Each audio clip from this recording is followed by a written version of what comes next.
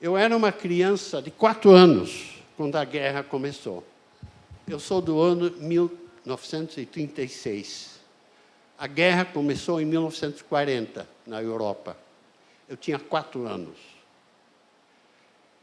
Com 4 anos, as pessoas não lembram muito, nem aos 5 e muitas vezes nem aos 6. Então, quando a guerra terminou, toda a minha família tinha sido dizimada, morta, assassinada, nas câmaras de gás, etc., etc. Então, eu não tinha mais ninguém da minha família direta, a não ser uma irmã. A minha irmã era apenas um pouco mais velha do que eu. É claro que quando uma criança pequena, no fim da guerra, quando eu já tinha, em 1945, 9 anos de idade, o tempo em que a guerra terminou, portanto, entre 1936 e 1945, são 9 anos. Imediatamente, ou logo em seguida, me levaram para o Brasil. Então, todas as tradições, todas as memórias, inclusive minha língua natal, eu fui perdendo e ninguém me dava notícias. Então, isso me deixava desesperado, porque eu não sabia de onde eu vinha. Meus pais, quando morreram, eu era muito pequenininho. Em seguida, me levaram para o Brasil. Então, somente depois que eu me fiz, estudei no Brasil, fui até a faculdade, pós-graduação, tudo isso. Somente em 1988, eu comecei a ter tempo, aliás, me fiz ter tempo para pesquisar tudo que se relacionasse com a minha família. Todos vocês que já tiveram 4, 5 anos de idade, 6 anos, sabem, algumas coisas a gente se lembra, outras não. Então, só foram os livros de história que me ajudaram a reconstruir tudo que tinha acontecido a mim. Eu vou falar cada vez para vocês coisas que me lembro e coisas que eu tiro de livros. Datas exatas, com 4 anos você não sabe, nunca. Então, essas datas exatas vêm de documentações que eu recuperei. E é isso. Muito bom. Perdi muito tempo, mas agora vamos continuar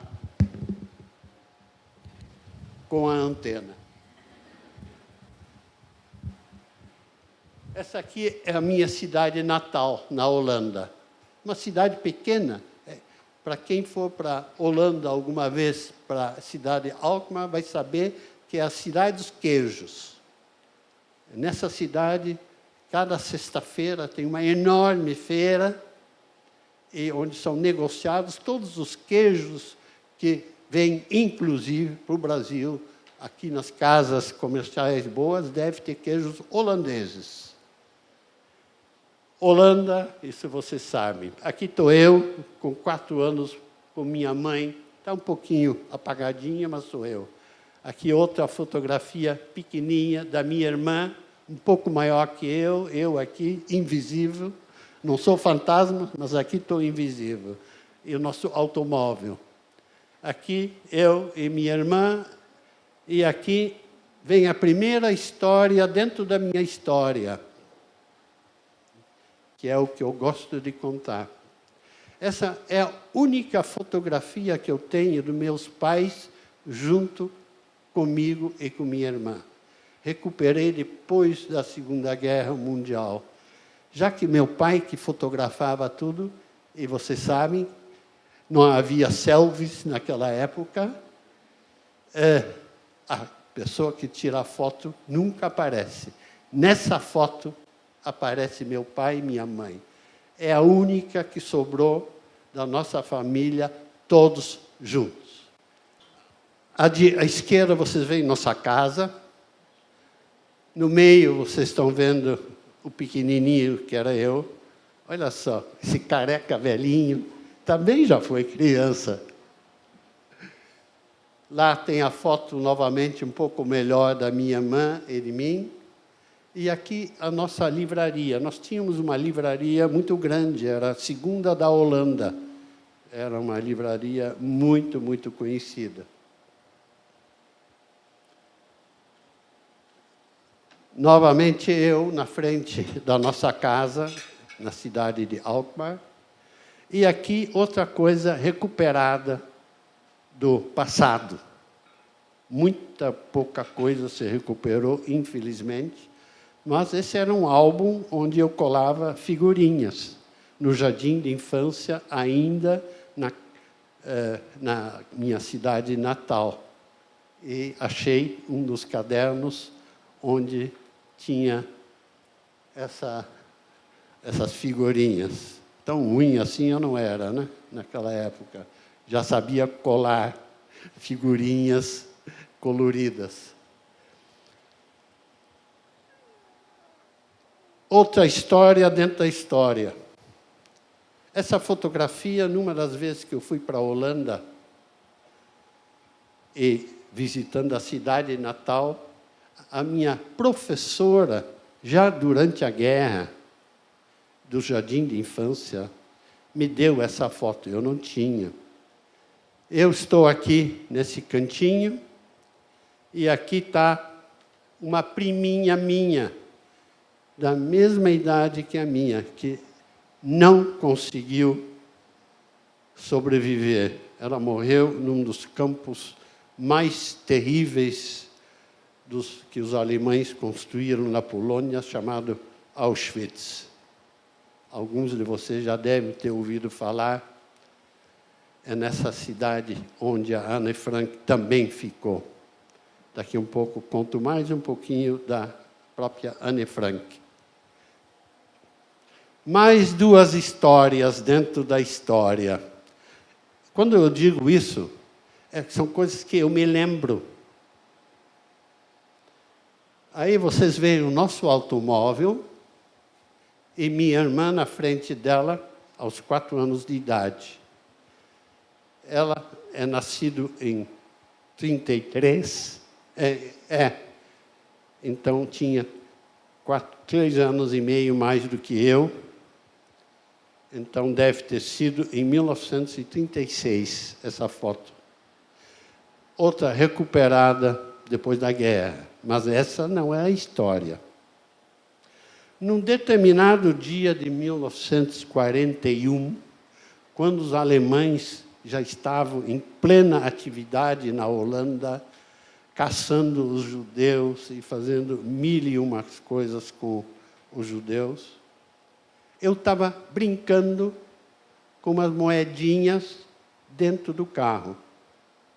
No assento de trás, não havia ainda cinto de segurança naquela época, só para vocês avaliarem o primitivismo da época em relação aos automóveis.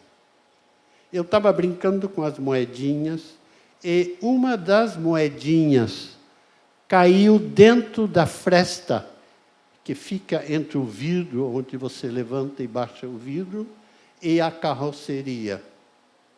Eu não consegui recuperar. No dia seguinte, nós não tínhamos mais um automóvel. O que aquela criança de 5 anos pensa? Eu fui o culpado. O nosso carro quebrou, estragou e não funciona mais. Eu sou o culpado. Anos e anos, gente, até 10, 12 anos, permanentemente ficou isso na minha cabeça. Eu fui o responsável pela perda do automóvel do meu pai. Somente quando comecei a pesquisar em profundidade tudo, sabendo a data exata em que os alemães exigiram que todos os judeus devessem entregar seus automóveis, eu vi que coincidia com o momento em que eu tinha perdido a moedinha. Foi só aí que eu vi que não fui eu o culpado. Mas fiquei anos e anos, durante toda a guerra, com essa impressão. Vocês podem imaginar que batalha psicológica se desenvolvia na minha cabeça? A segunda história representa a minha irmã e eu. Só que a minha irmã está um pouquinho menor e eu um pouco maior, mas a estátua era assim. Na realidade, ela era maior do que eu. Essa estatueta de bronze está, nesse momento, na minha casa, em São Paulo, num lugar de honra. É pequenininho, desse tamanho, mais ou menos. E aconteceu o seguinte, eu tinha uma babá, já que meus pais trabalhavam o dia inteiro na loja. Na época não havia tantos funcionários, e os proprietários é que trabalhavam dia e noite. Por isso que eu tinha uma babá. E num determinado momento, também em 1941, os alemães exigiram que os judeus não pudessem mais ter funcionários cristãos, seja qual for a religião, batista, não batista, metodista, etc., católica. Judeus não podiam ter mais empregados. Eu amava a minha babá, porque ela cuidava sempre de mim. Ela se chamava Gina. E a Gina teve que ser mandada embora. A minha mãe, então, que também gostava muito da moça,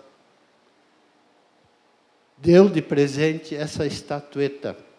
E atrás está escrito, para se lembrar sempre de Lode e Eva, meu nome e a da minha irmã. Em 2012, eu estando já no Brasil há muitos anos, recebo um e-mail de alguém na Holanda dizendo que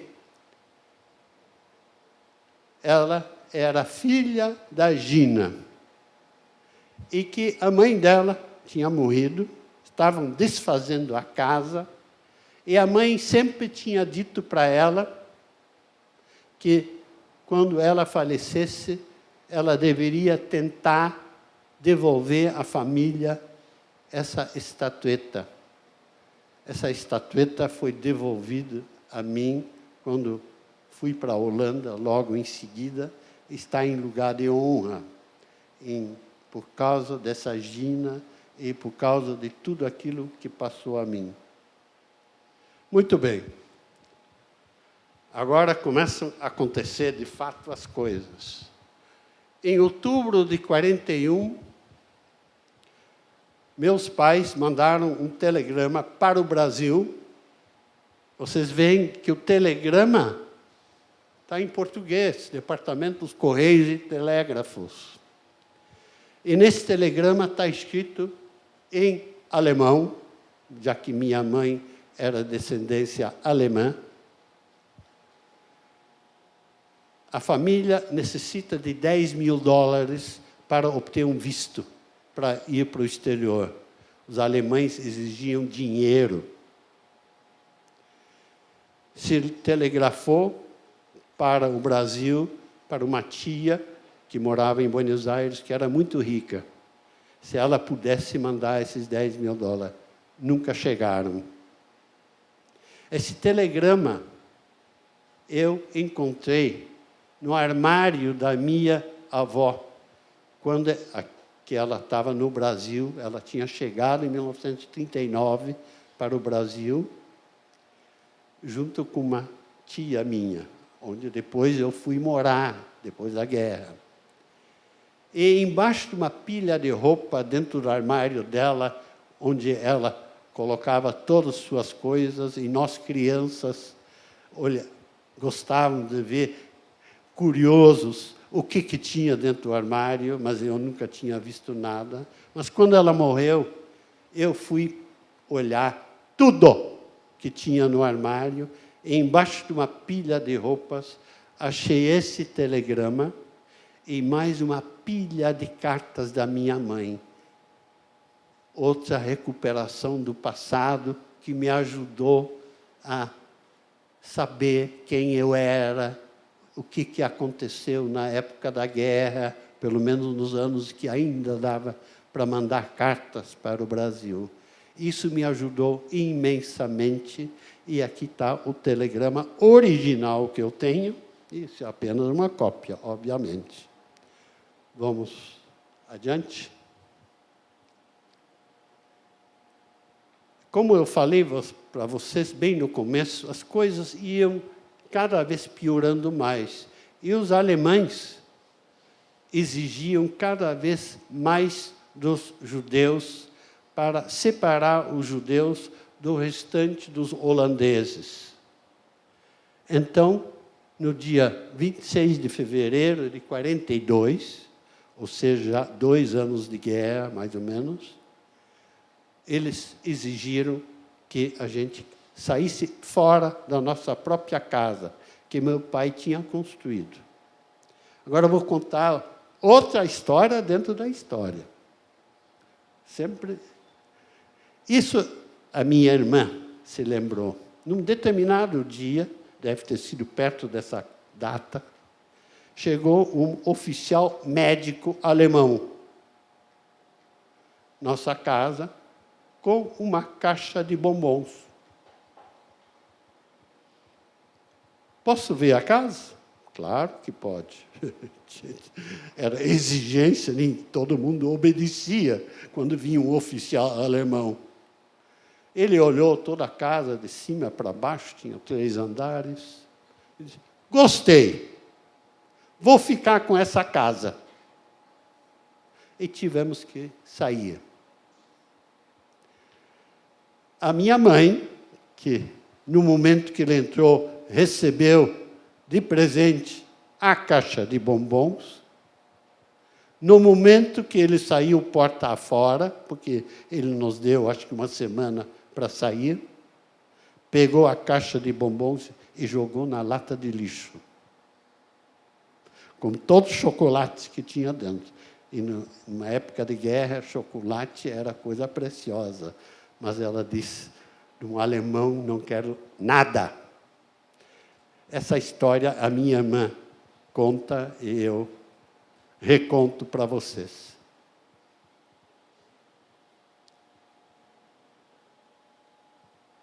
Um pouco mais tarde, você vê, o outro era fevereiro, agora já é 5 de março.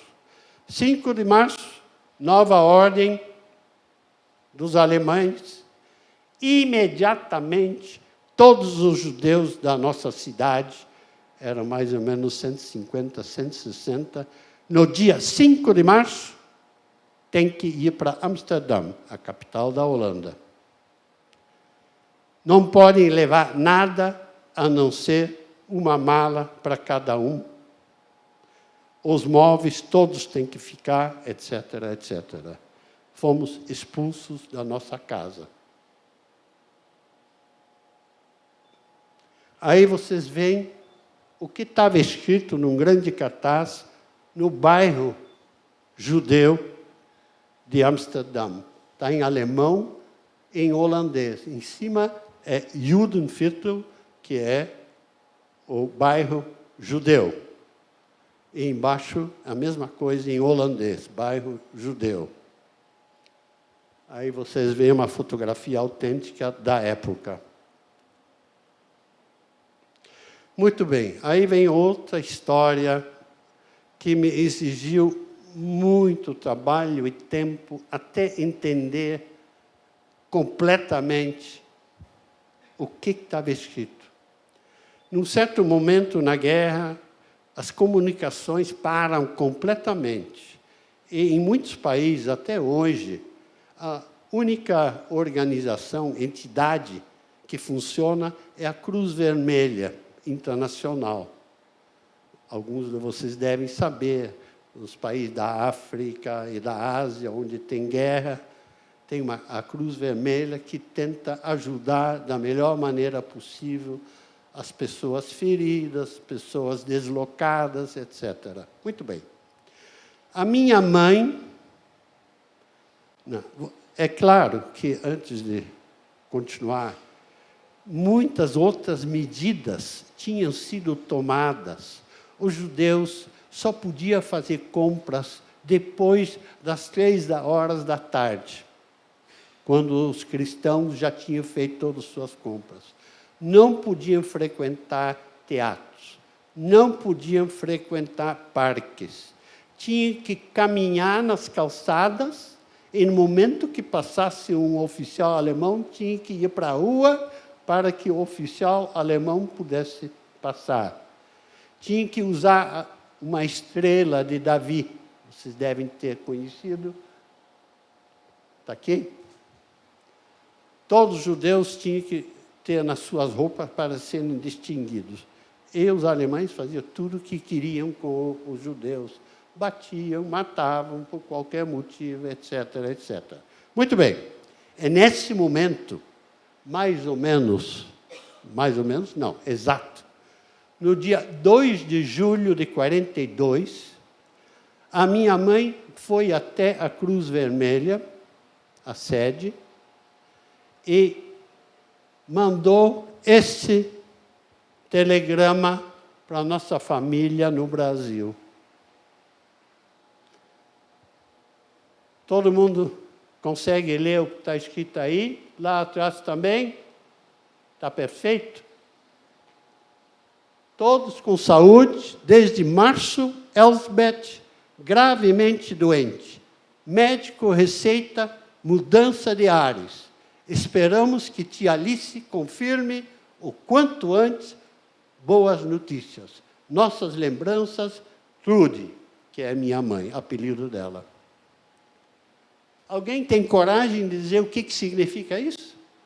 Ou preciso falar? Bom, só os que já viram essa palestra sabem.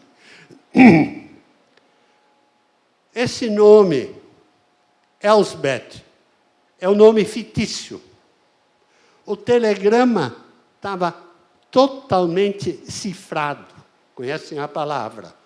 Ou seja, só para pessoas que sabem, entendem o significado. Traduzido, você vê, desde março, Elsbeth gravemente doente. Ou seja, nossa família está desesperada, doente. Esperamos que tia Alice é aquela do primeiro telegrama onde pedimos $10 mil, que nunca chegaram. Continuavam esperando e o dinheiro não vinha. E, portanto, esperamos boas notícias, ou seja, que o dinheiro venha rapidamente. Isso era para obter um visto para Cuba, que era um dos poucos países que ainda dava vistos para uma pessoa lá da Europa entrar no país chamado Cuba, que todos conhecem. Esse telegrama também achei, junto com as coisas da minha avó, quando ela faleceu em 1968. Ela tinha 78 anos na época. Você vê quantas coisas eu recuperei do meu passado através dela. Só que no início não entendia. Só juntando tudo, o quebra-cabeça começou a se fechar. E as pecinhas, um por um, entrando no seu lugarzinho. Só para vocês saberem, esse telegrama que foi escrito, porque é letra da minha mãe, está aqui a letra dela, aqui está a data, tem muitas datas da própria Cruz Vermelha, mas lá em cima tem uma data que é a da chegada ao Brasil. Onde é que está? Junho 43. Chegou um ano depois ao Brasil. Portanto, não podiam ter mandado dinheiro nenhum, porque o telegrama nunca chegou. Então, para um jornalista investigativo, esses são indícios importantes para poder reconstruir uma história. Essa é minha história, eu não sou um jornalista, mas investigo desde 1988 a minha história, porque eu queria ter um passado. Todos nós queremos ter um passado. Todos vocês querem saber como é que era a vovó, como é que era o vovô que eu não conheci, o que ele fazia, ele era bonzinho, era malzinho, todas essas coisas. Eu não tinha nada disso. Eu sentia falta dessas coisas.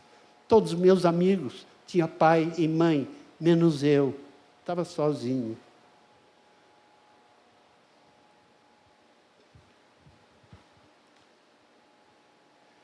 Então, em seguida, isso, outra pesquisa minha, esse telegrama, onde minha mãe foi até a agência da Cruz Vermelha, foi o último momento em que eles ficaram num lugar conhecido dos alemães, porque todo mundo sempre tinha que ter um endereço conhecido pela polícia. Foi em seguida que ela escreveu esse telegrama que eles se esconderam num lugar secreto e mandaram a minha irmã e a mim para um outro lugar secreto, numa outra cidade chamada Hilversum. Uma explicação para vocês, que eu sou da área financeira, fui gerente geral do Banco Itaú. Nós que mexemos com finanças, sempre dizemos, não coloque o seu dinheiro todo no mesmo lugar. Diversifique.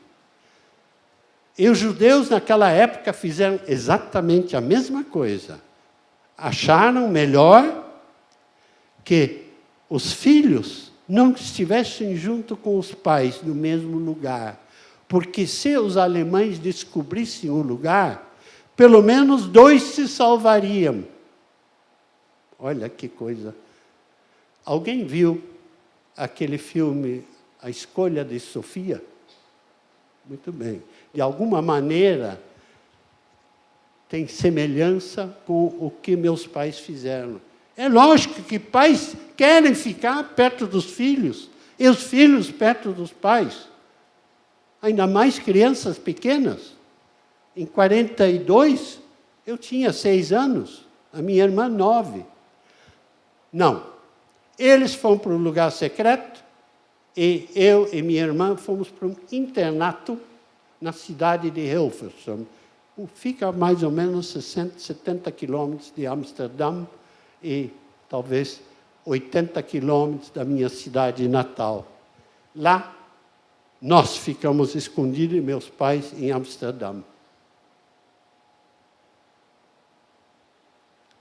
Bom, eu devo dizer que, como gosto de contar a história por completo, a parte dos meus pais, eu não vou poder contar, que também está em slides, numa segunda parte. Vou continuar somente com a minha parte. Está bem? Eu fiquei nesse internato. No jardim de infância, portanto, não saía do internato nessa cidade. Então, vocês veem, 1942, 6 anos, eu ficava interno. A minha irmã ia para uma escola pública de bicicleta. Num belo dia, 2 de fevereiro de 1944, batem os alemães, tocam campainha, com a lista. Estamos procurando 3 meninas e um menino. Uma das meninas era minha irmã e o único menino era eu. E precisamos levar eles. Eu tinha recebido ordens da diretoria do internato de me esconder. sempre que a polícia chegasse. Foi o que eu fiz, pequenininha como era.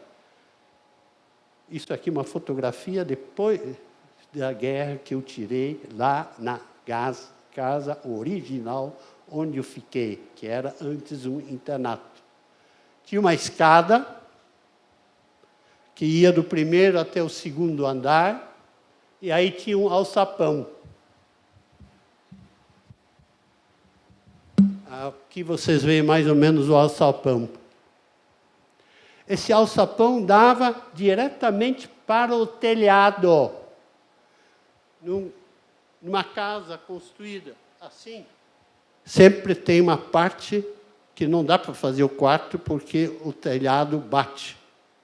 Então, eles cortam para ficar 2,5 metros, 3 metros e formar um quarto. Nós ficamos entre a parede desse quarto e o telhado.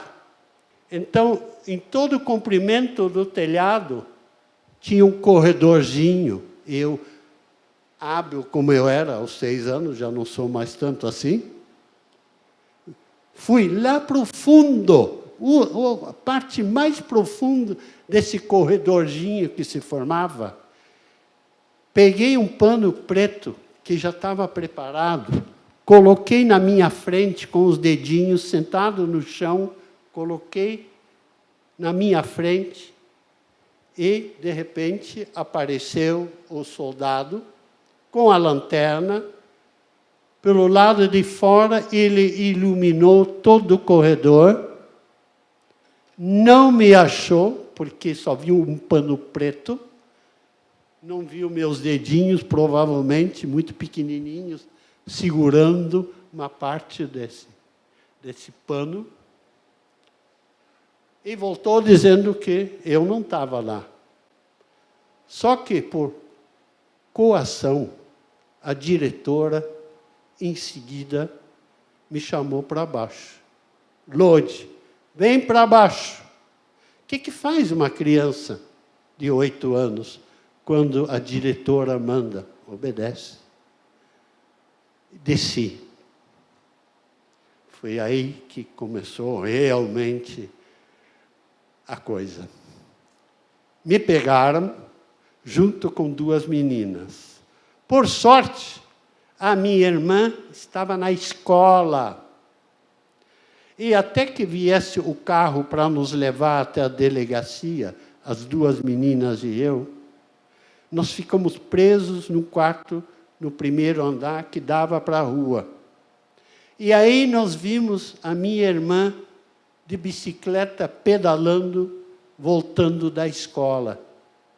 Ela já estava então com 8. Se eu estava com 8, ela devia estar com 11 anos. Ela já ia nessa escola pública. Pela janela, nós fizemos o gesto de vai embora, cai fora. E ela entendeu. A partir daquele momento, nunca mais vi a minha irmã até depois da guerra. Ela, pela resistência holandesa, foi levada para uma granja de galinhas, de frangos, e ficou como se fosse a 8ª filha de um casal que morava lá. Mudou o nome e jamais foi pego pelos alemães. Essa é a parte onde termina a coisa terrível da minha irmã. Mas a minha história continua.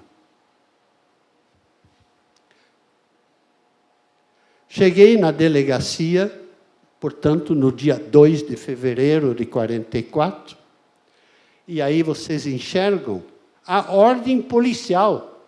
Tudo isso consegui recuperar, gente. Faz pouco tempo.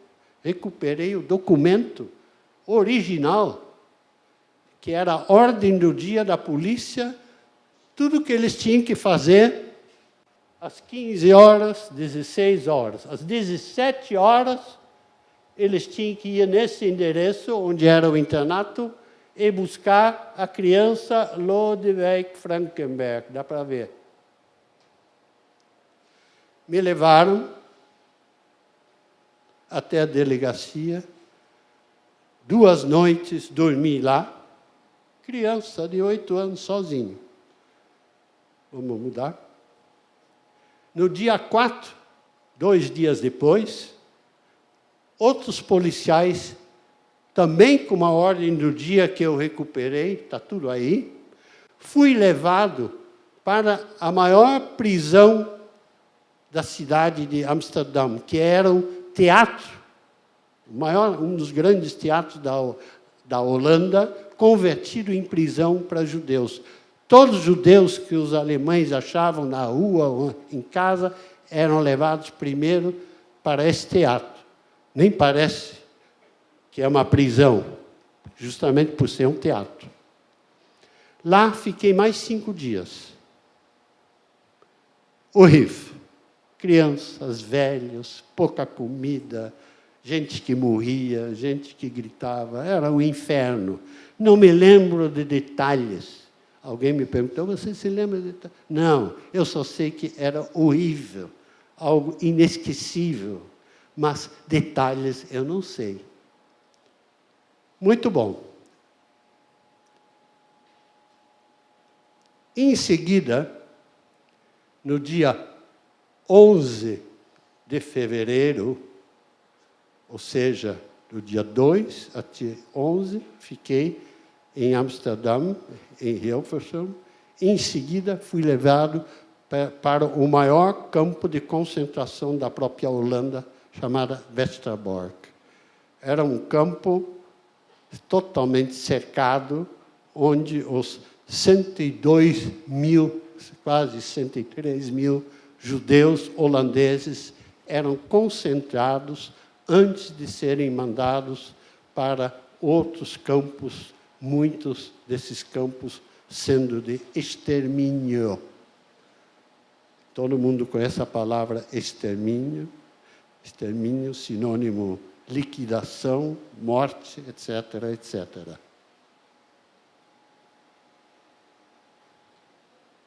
Aqui tem mais um pouquinho das sobras desse campo de concentração que eu tirei alguns anos depois da guerra, quando eu ia de volta para a Holanda. Aqui estão os trilhos, vocês podem ver, que levavam as pessoas até o campo e também do campo até os outros campos de extermínio. Aqui vocês veem a minha ficha. A minha ficha, os alemães eram super organizados. Qualquer pessoa tinha uma ficha. Essa era a minha ficha. Por causa do tempo, eu não vou entrar nos detalhes, mas só alguma coisa específica. Em algum lugar está escrito terror. Terror é a palavra traduzida para o português de volta. Ou seja, alguém colocou isso na minha ficha depois da guerra, e dizendo que eu tinha voltado, porque a maioria das pessoas não voltava. Não vou entrar em maiores detalhes, porque senão a gente leva muito mais tempo. Gostaria, porque tem coisas bem interessantes aí também. Muito bem. Importante é o seguinte. Dentro do campo, havia um grupo de judeus alemães que dominavam, que mandavam judeus, mas alemães, que já tinham vindo fugidos da Alemanha antes, porque a guerra, o problema de perseguição aos judeus já tinha começado antes de 1940 na Alemanha, desde 1933, quem sabe um pouquinho de história vai lembrar, quando Adolf Hitler assumiu o poder. Esses judeus alemães comandavam dentro do campo em si. E fora do campo, ou seja, fora do arame farpado, etc., quem mandavam eram os soldados alemães. Entre esses dirigentes havia um primo meu, primo distante, mas primo, que viu nas listagens que, num determinado dia, eu estava lá dentro da barraca dos órfãos. Tinha sido levado. Ele disse, opa, esse eu conheço. E aí, ele foi para os falsificadores e conseguiu um documento de que eu era batizado na religião metodista. Lembra que eu falei bem antes, quando comecei a história, que eu me sinto um pouco protestante, um pouco batista, tudo isso. E por isso, para mim, religião não é importante. Importantes são as pessoas, não a religião. Aqui está a igreja metodista, hoje, tirado faz poucos anos, em Amsterdã. Mas nesse documento estava escrito que em 1938 a minha irmã e eu tínhamos sido batizados. E as regras, leis alemães diziam: quem é batizado não é judeu e vai ser salvo, ou não vai ser mandado para os campos de extermínio. Então, meu primo, que era conhecido do comandante do campo, levou esse certificado. Eu fiz tudo o que é possível para saber se essa assinatura era autêntica ou não. Como esse Dornbos, que era o pastor que fez essa conversão, fake ou não fake, todo mundo hoje conhece essa palavra fake, não sabia, eu até hoje não fiquei sabendo se ele mesmo assinou ou alguém assinou por ele, como se fosse ele, porque ele já estava morto quando, nas minhas pesquisas, cheguei a esses detalhes. Muito bem. Esse meu primo levou para o comandante, e o comandante, então, escreveu este bilhete, documento, que eu também consegui o original, recuperado. E nesse original está escrito que o Konrad Gemmecker ordena por escrito que eu não seria mandado para o Oeste. Está escrito em alemão. Isso era quase um documento de que você não ia ter problemas. Mas não foi bem assim. Mas, aparentemente, naquele momento, era a salvação de muita gente. Aqui, num certo momento, já estamos agora em 1944, 4 de setembro de 44, os aliados, os soldados americanos, canadenses, estavam já perto da Holanda, e os alemães já sabiam que iam perder a guerra. Eles queriam esvaziar o campo de Westerbork, na Holanda, para não ficar em vestígios das barbaridades que eles fizeram. Então, foram organizados 2 transportes de trem para determinados lugares. Eu estava na lista, também documento autêntico, dos protestantes. Era a lista de todos os protestantes que o comandante tinha aceito como sendo autênticos e que não seriam levados para os campos de extermínio. Então, por ordem de Berlim, capital da Alemanha na época, e hoje em dia novamente, foram organizados 2 transportes. O primeiro saiu no dia 3 de setembro, e foi para Auschwitz.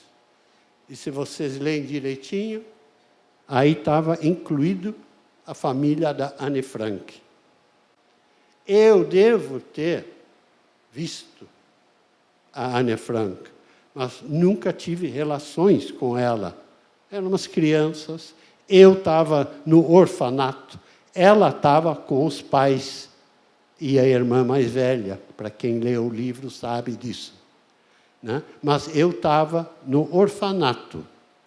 Mas, nesse transporte do dia 3, a Anne Frank, com mais 1.019 outros judeus, foi mandada para Auschwitz.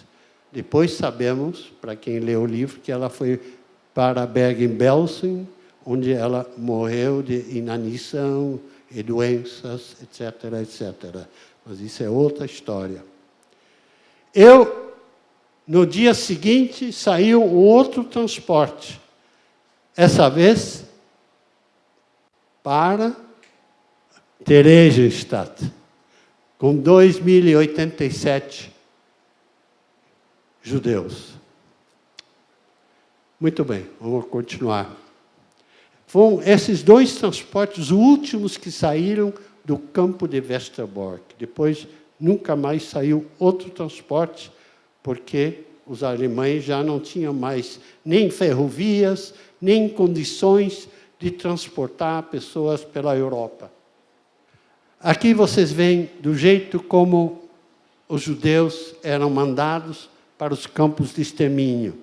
Não eram em vagões normais, eram em vagões de carga que não tinha janela, não tinha sanitários, não tinha água, nada. No meu caso específico, levou 2 dias e meio. Aí a gente não enxergava nada, a não ser pelas frestas. Os vagões eram de madeira na época, havia frestas. E em setembro já é bem frio na Europa. Então, o frio e o vento penetravam. E as pessoas tentavam se esquentar da melhor maneira possível, de um frio que às vezes era abaixo de 0, especialmente perto da República Tcheca, mais para o norte da Europa. Bom, aí vocês veem como eram transportados os judeus para os campos de extermínio e outros campos mais. Ok, aqui vocês veem o trajeto do campo onde eu estava para o campo em que fui levado, na República Tcheca, hoje em dia chamada República Tcheca. Na época se chamava Tchecoslováquia. Muito bem, aqui era a barraca, que é mais uma construção onde os judeus holandeses ficaram, separados dos judeus de outras partes do mundo que também vinham para Theresienstadt. Essa aqui, a meu ver, é uma das slides mais tristes que eu conheço. E vou tentar contar para vocês por quê. No ano de 2018, estamos nesse ano, gente, minha filha e meu genro, que moram na Europa, foram até o campo de Westerbork e foram falar com o diretor de lá. E perguntaram, porque esse meu genro é jornalista investigativo e está escrevendo o meu livro definitivo. Foi perguntar se existia algum documento que prova de que eu estava lá. O diretor do campo, que é um museu hoje em dia, disse, não, não tem. Aí ele esperou um pouquinho e disse, opa, deixa eu ver. Saiu da sala e, alguns minutos depois, voltou com um cartão de felicitações. O cartão de felicitações era de uma professora que, no dia 31 de agosto, aqui está coberto, de 44, tinha feito aniversário. E todas as crianças assinaram o cartão de felicitações. E o diretor, que antes de entrar na sala onde estava meu genro e minha filha, disse, eu não vi o nome do seu sogro, eu. Aí O meu genro pegou o cartão e disse, mas ele está lá. E mostrou meu nome, Lodi, que é o meu apelido. Provavelmente, quando eu entrei lá como criança, perguntam o nome da gente. Eu dei meu apelido, como todo mundo me chamava Lodi. Lodi é um derivativo de Lodewijk. Lodewijk é Luís, nosso Luís, em holandês. Em alemão é Ludwig. E em francês é Louis, com O-U-I-S. Mas é o mesmo nome.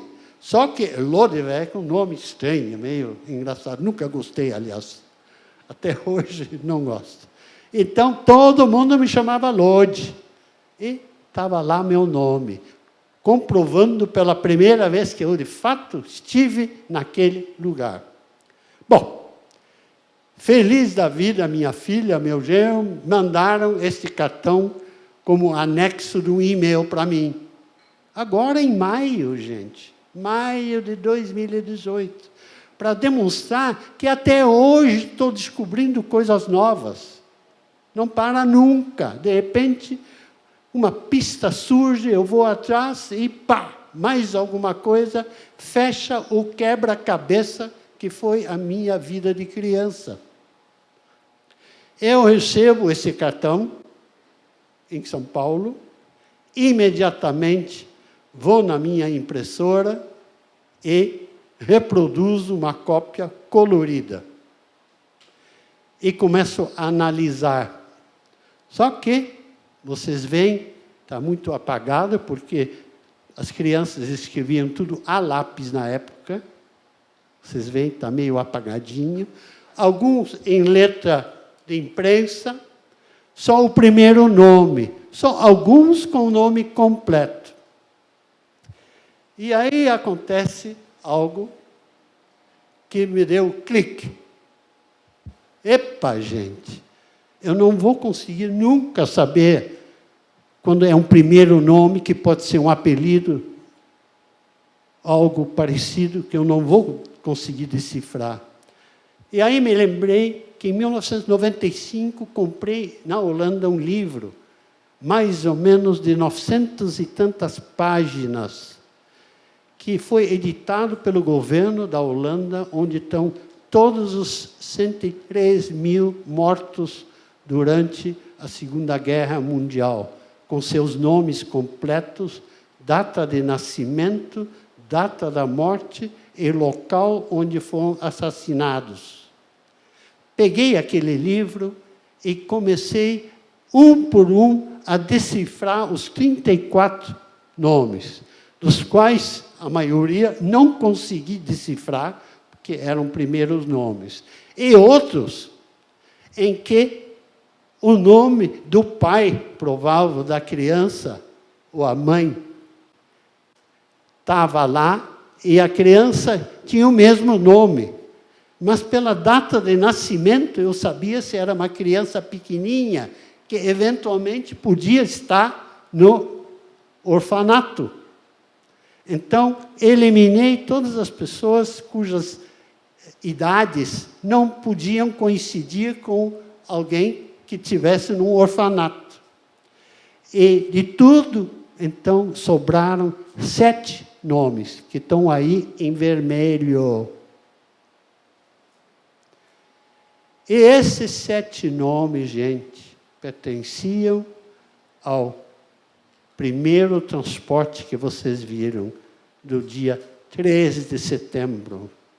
Portanto, eu sei que nenhuma dessas crianças voltou. Por lógica, por dedução e lógica, acredito que a grande maioria dessas 34 crianças não voltaram. 7 tenho certeza. Também tenho certeza que, por alguma razão superior que eu desconheço, podem falar divina providência, Deus, sorte, todas as palavras que são inexplicáveis para a gente quando algo acontece. que eu estava no outro transporte, que foi para Theresienstadt e não para Auschwitz. Esses todos provavelmente morreram.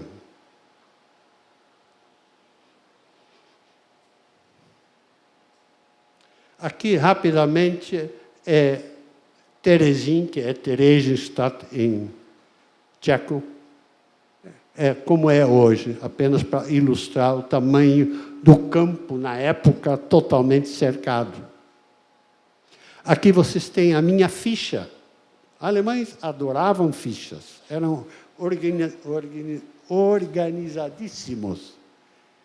Eu, então, essa era a minha ficha. Eu dormia no chão, entre uma tia e tio. Eu me esqueci de falar que quando eu cheguei sozinho em Theresienstadt, um serviço social judaico pediu para um casal que eu não conhecia, e eles não conheciam a mim, se podiam tomar conta de mim provisoriamente. E eles tomaram e se tornaram meus tios e tia, meu tio e tia, até o fim da vida deles. Eles faleceram em Israel faz alguns anos. Mas obtive mais uma tia e mais um tio. Eu dormia no chão, nesse salão aí, um colchonete fininho por baixo, e assim que a gente passava o tempo da noite ou quando deitava. Bom, aqui tem outra história, dentro da história. Uma das minhas lembranças daquela época, eu disse que algumas coisas lembro, outras não. Mas algumas das coisas que eu lembrava vagamente, mas não sabia se era verdadeira ou não. E esse era que eu fiz parte de um grupo de crianças que transportou cinzas de pessoas mortas em Theresienstadt para um rio que corria ao lado do campo e despejava as cinzas dentro desse rio. Mas era sempre vago. Quando agora, em maio, a minha irmã, minha filha e meu genro, junto comigo e minha mulher, fomos para Theresienstadt,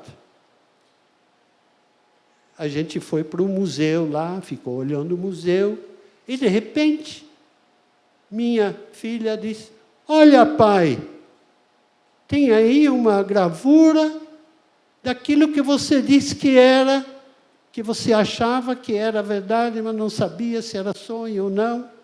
E ela me mostrou esse desenho feito por um artista, que por alguma razão permaneceu, sobrou. E aí eu vi, olha, as crianças recebendo cinzas numa caixa e levando para o rio.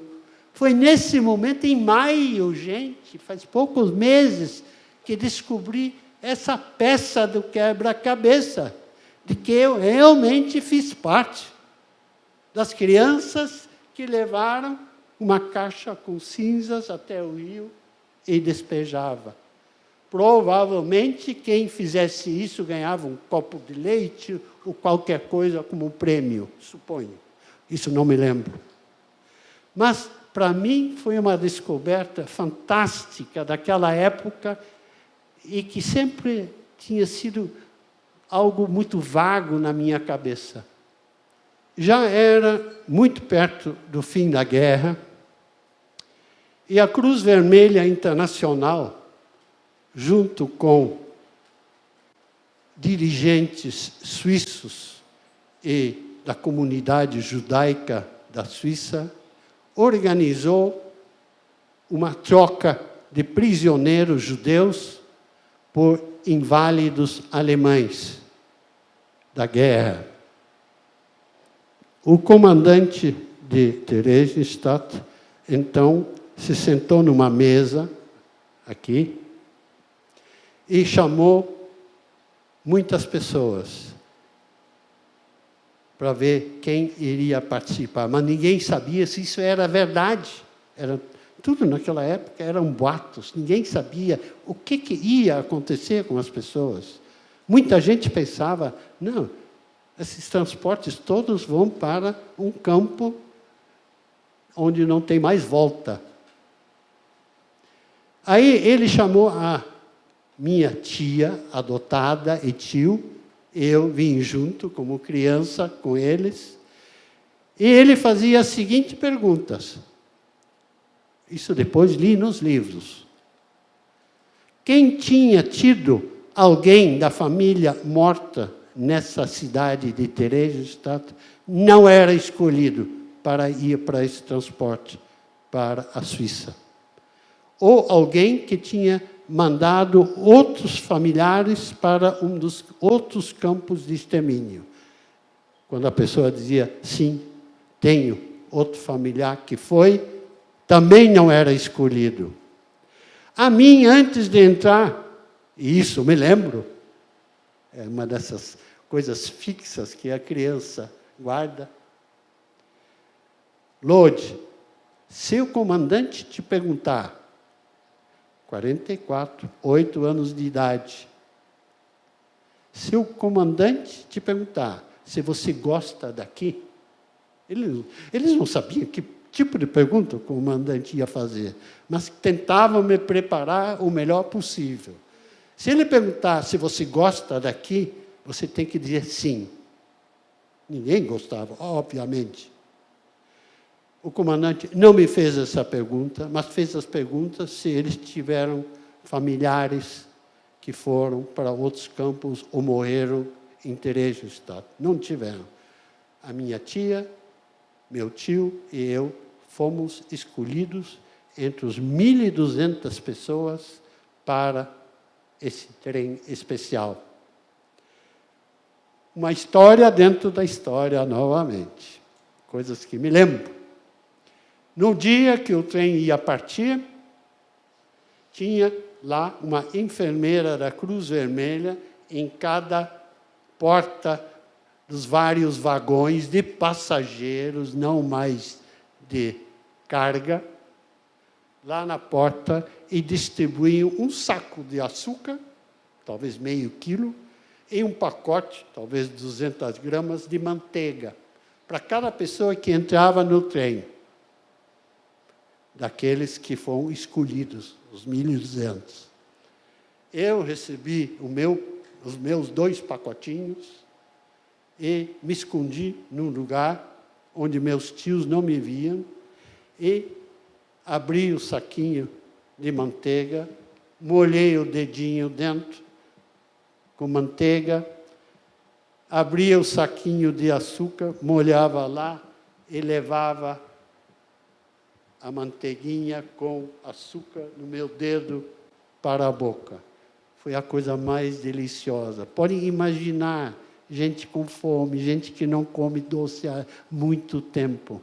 E assim, essa lembrança tão pequena eu me lembro até hoje.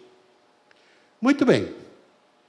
Esse trem, com 1.200 pessoas, partiu para a Suíça.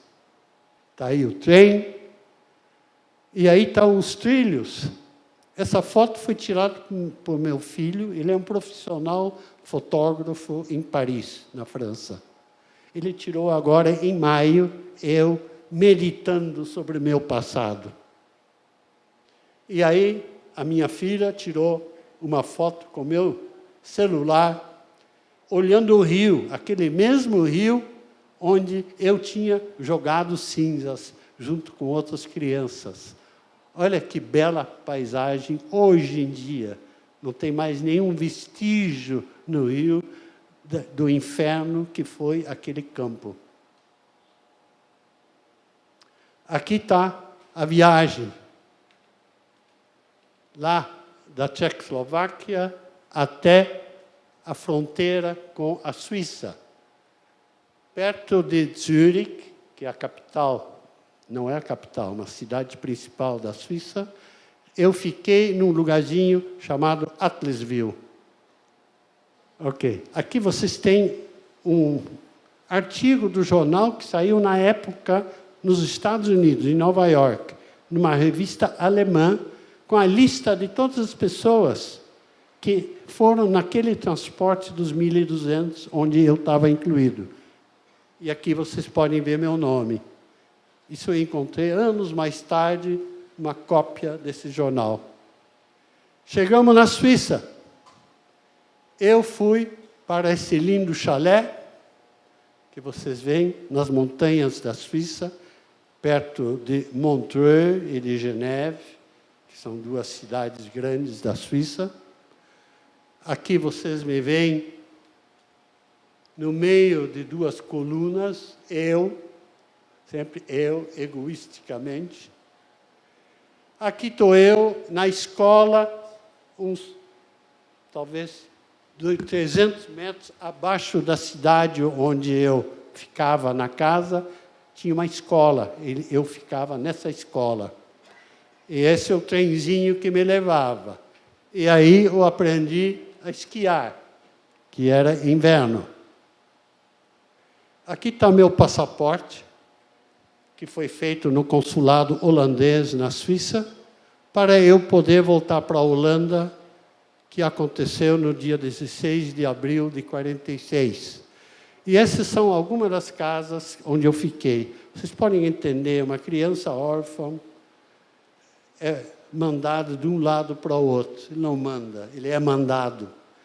Eu odiava, que cada vez eu tinha que conhecer mais um tio, mais uma tia, mais uma pessoa que me beijava sem amor. Eu queria amor e não tinha.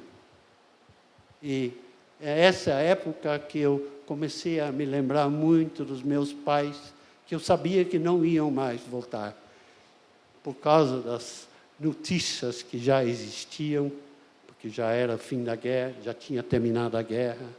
Então eu sabia que as probabilidades de eu rever meus pais eram mínimas.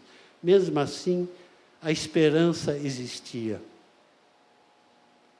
Aqui vocês têm o avião que eu vim para o nosso país.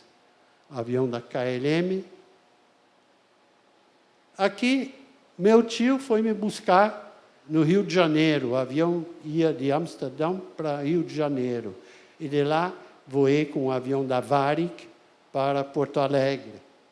E lá, naquele avião, eles já me ensinaram português. Eu colocava por escrito o nome em holandês e meu tio colocava em português. Foram as minhas primeiras lições em nossa língua. Aqui estão meus tios. Está faltando alguma coisa, mas tudo bem.